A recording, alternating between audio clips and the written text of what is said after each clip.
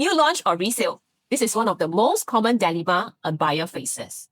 Do you go for a new launch with progressive payment or pick a resale property for immediate occupation? It doesn't just affect your monthly cash outflow, it shapes your long-term property strategy.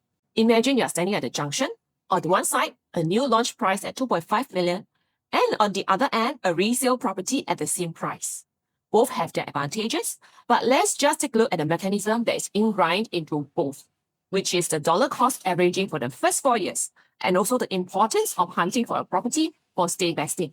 Whenever you talk to property agents, the first question is always, are you buying for your own stay or investment?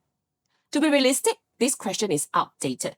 With all the cooling measures, ABSD tightening, stricter TDSR rules, most people don't have the luxury to split into two categories.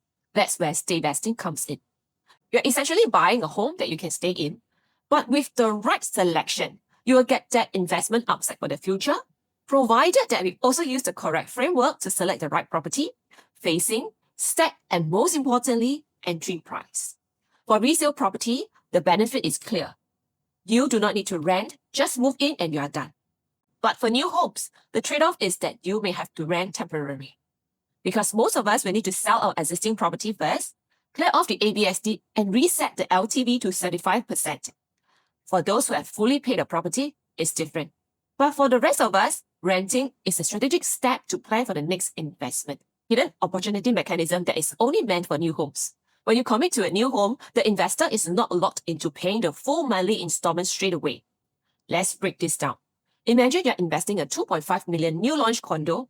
Your upfront 25% is fixed, assuming the remaining 75% is spread over a 30 years period.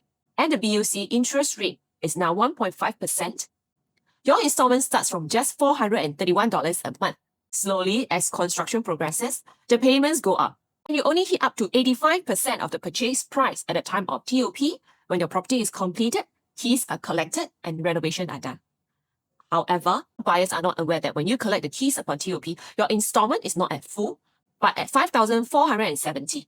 Certificate of statutory completion, which takes place 6 to 12 months after you have collected the keys, then you will need to pay the full amount of $6,471. Refinancing options will be available upon TOP, which means you got breathing room for the first few years. Compare this to buying a resale property at 2.5 million. Right from day one, you are paying $6,470 a month. The monthly commitment upfront is significantly heavier. So progressive payment gives you more flexibility to manage your cash flow, perfect for families juggling current expenses or even for those who want to put the extra money to work harder in other areas. We also have not factored in renovation costs and also the fact that we are paying $6,471 a month for an older resale property with lesser balance fees. How to balance? Now talk about renting. Yes, with the new homes, you'll likely need to rent for about 3 years while waiting for TOP. At first, it feels like an extra cost, but let's work out the numbers. For example, with a resale property, you are paying $6,407 a month in your monthly mortgage, plus $400 a month in maintenance fee. This works out to be $6,871. But with new launches progressive payment, your installments are staggered, starting at a much lower range. And this difference in the installment during the construction period could go towards your rental. Notwithstanding the property tax that you will need to pay for resale property because it is available immediately and you can shift in. Set a rental budget of around $4,000 a month and you will find the cost balances out over time. After 3 to 4 years, you get a brand new property with a full 99-year lease, modern facilities, a much better position than buying an older resale unit with diminishing lease and renovation needs.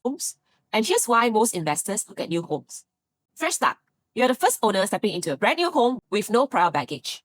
Longer lease. A longer 99-year leasehold means you have 95 years lease left when the property obtains TOP compared to the resale properties that could be 10 or 15 or even 20 years old. New homes often come with layout that is more efficient and facilities designed for today's lifestyle, future-proofing your investment. Higher potential for growth. New homes tend to appreciate better because of their modern appeal and full lease tenure. For resale, while you get immediate occupation, you might also inherit higher renovation costs and property that do not keep up with pace with the appreciation of newer properties. Now here's the question. A new launch isn't just about buying a home. It's about playing the long-term game.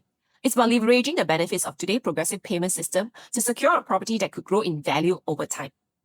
However, this is not a one-solution-fits-all. If this resonates with you, let's sit down and work out the numbers together and understand your priorities. Because at the end of the day, it's all about planning right for you and your family's future. Comment numbers if you'd like to find out whether a new home or a resale property might suit your needs better.